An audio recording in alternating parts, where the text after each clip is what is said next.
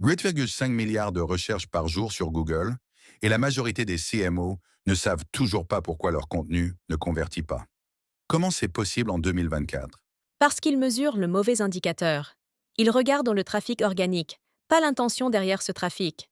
C'est comme compter les gens qui entrent dans votre magasin sans regarder ce qu'ils achètent. Concrètement, qu'est-ce que ça change dans la stratégie? Tout.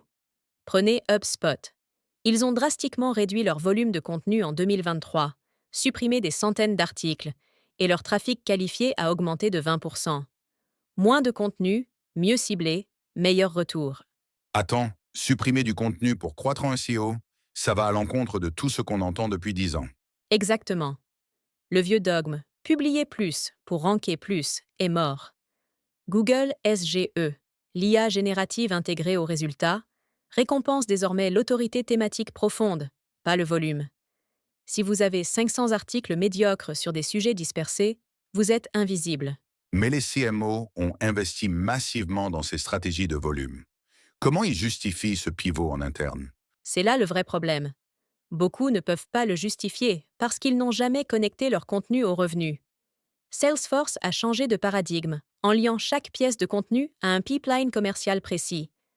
Résultat, leur équipe contenu parle désormais le langage du CFO. Parlons de l'IA générative, justement. ChatGPT, Perplexity absorbe des requêtes que Google aurait eues. Est-ce que le SEO traditionnel est en train de mourir? Non, ils mutent. Les recherches transactionnelles à haute valeur restent sur Google. Ce qui disparaît, ce sont les requêtes informationnelles basiques. Si votre stratégie repose sur «C'est quoi le marketing digital?», vous êtes déjà mort. Alors, où est l'argent maintenant? Dans ce que j'appelle le contenu de conviction.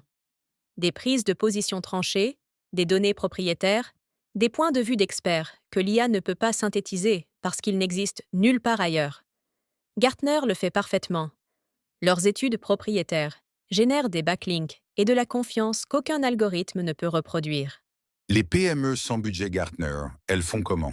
Elles interrogent leurs propres clients, compilent leurs données internes, publient des insights sectoriels que personne d'autre ne détient. Le coût est minimal, la valeur est maximale.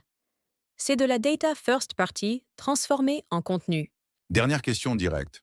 Un CMO qui écoute ça ce matin, il fait quoi dès aujourd'hui? Il ouvre Google Search Console. Il identifie ses 10 pages, avec le plus d'impressions et le moins de clics. Et il se pose une seule question.